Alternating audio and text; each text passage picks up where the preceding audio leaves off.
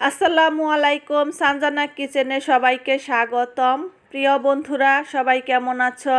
চলে এসেছি আবারও আরেকটি মজাদার রেসিপি নিয়ে। আজকে তোমাদেরকে আমি ছোট চিংড়ি দিয়ে কচুরমুখী রান্না করে দেখাবো। আশা করি রেসিপিটা তোমাদের কাছে খুবই ভালো লাগবে। তোমরা বাসায় অল্প সময়ে ঝটপট এই ধরনের মজাদার রেসিপি করে নিতে পারবে, সেইটাই তোমাদের সাথে শেয়ার করব। তো চলো কথা না বাড়িয়ে দেখিয়ে দেই আমি কিভাবে এইটা রান্না করলাম। এইখানে আমি হাফ কেজি কচুর মুখি নিয়েছি। এটাকে ভালো করে খোসা ছাড়িয়ে ধুয়ে পরিষ্কার করে নিয়েছি। আর এই দিকে আছে ছোট চিংড়ি মাছ, এটাকে ভালো করে পরিষ্কার করে নিয়েছি। এখন আমি চলে যাচ্ছি চুলায়। কড়াইটা বসিয়ে দিয়েছি, এর মধ্যে দিয়ে দিলাম সাদা তেল। দিয়ে তেলটা একটু গরম করে এর মধ্যে দিয়ে দেব পেঁয়াজ কুচি আর দিয়ে দিয়েছি কাঁচামরিচ কুচি। পেঁয়াজটা একটু লাল লাল করে ভেজে নেব। এর মধ্যে দিয়ে দিলাম আমি গোটা জিরা আর দিয়ে দিলাম অল্প কয়টা সাদা সরিষা।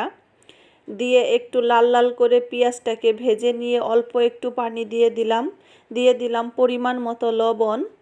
আর দিয়ে দেব 1 চামচ আদা রসুন বাটা, দিয়ে দেব হাফ চামচ হলুদের গুঁড়া, হাফ চামচ ধনিয়ার গুঁড়া আর দিয়ে দেব 1 চামচ মরিচের গুঁড়া। তারপর দিয়ে দেব ভেজে রাখা জিরার গুঁড়া।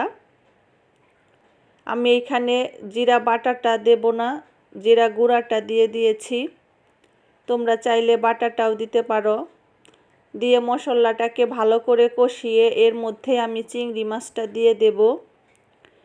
তো চিংড়ি মাছটা দিয়ে আমি মশলাটাও কষানো হয়ে গেছে। এখন চিংড়ি মাছগুলো দিয়ে দিলাম, দিয়ে মশলাটার সাথে একটু কষিয়ে এরপর আমি কচুরমুখীগুলো দিয়ে দিলাম। দিয়ে ভালো করে মশলাটার সাথে মিক্সড করে ঢাকা দিয়ে রাখবো সেদ্ধ হওয়ার জন্য। তো আমার কচুরমুখীটা দেখো বন্ধুরা সেদ্ধ হয়ে গেছে। এখন আমি এর মধ্যে অল্প একটু পানি দিয়ে দেব, দিয়ে এটা আর একটু জাল করে নেব। তো আমার রেসিপিটা যদি তোমাদের কাছে ভালো লেগে থাকে প্লিজ লাইক কমেন্ট শেয়ার করে দিও। আর আমার চ্যানেলে যারা নতুন বন্ধু আছো তারা প্লিজ আমার চ্যানেলটি সাবস্ক্রাইব করে আমার পাশে থেকে যেও। শুরু থেকে শেষ পর্যন্ত আমার সাথে থেকে আমাকে ফুল ওয়াচ দিয়ে দিও প্লিজ বন্ধুরা। আর একটা লাইক কিন্তু অবশ্যই দিও। তো দেখো বন্ধুরা এটা অনেকটা ফুটে গেছে আর ঝোলটাও অনেকটাই শুকিয়ে গেছে। এখন আমি এর মধ্যে দিয়ে দেব ভেজে রাখা জিরার গুঁড়া, তাহলে কিন্তু গ্রানটা ভালো আসে, খেতে কিন্তু অসাধারণ লাগে। তো দেখো বন্ধুরা আমার রান্নাটা প্রায় হয়ে গেছে। তোমাদেরকে আমি পরিবেশন করে দেখাচ্ছি কতটা লোভনীয় হয়েছে, আর খেতেও কিন্তু ভীষণ মজা। এই রেসিপিটা কিন্তু আমার অনেক প্রিয়।